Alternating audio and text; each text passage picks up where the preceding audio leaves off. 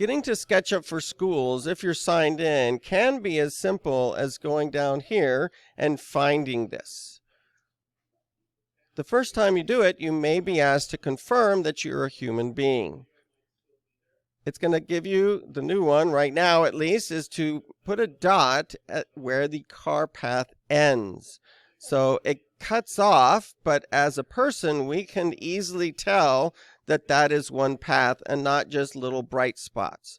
So by saying this is the end, we're showing, hey, that's a person who was able to figure that out. It would take a specially coded robot to be able to spot that. We're signing in with Google. If it doesn't let you, this pop-up blocked, it's going to just keep trying and trying and trying. So you must give it permission and say, yes, allow pop-ups from SketchUp.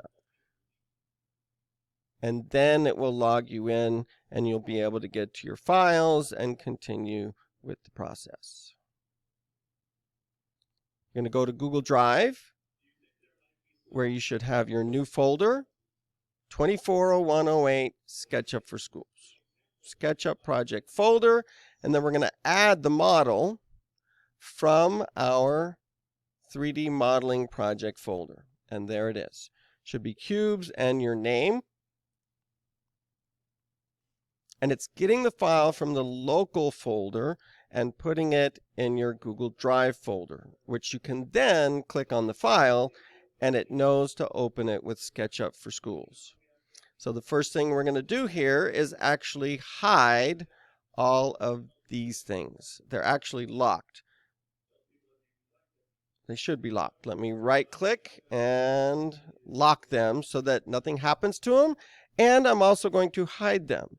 So on display here, that's where the little glasses are on the right, we can then hide the guides. That's what those dotted lines are called. You can hide them or delete them all at once. We'll use those when we start actually drawing our cubes. We can minimize this, close that panel, or you can close the panel altogether there. So this is where we're going to get started, and we're going to change our view to just top down. Let's start in 2D before we get into the third dimension with some practice. We're going to do that by going to scenes. It's right above the glasses for view, and we're going to choose a standard view where we're looking from the top down.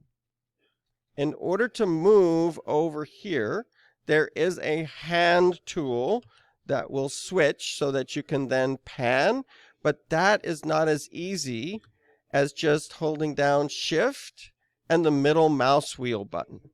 So your middle mouse wheel is actually a button, and it's supposed to be changing. I think my mouse has got some trouble. So we may be using the hand more than I thought. We're going to look here in the primary quadrant and continue by learning how the mouse works in SketchUp.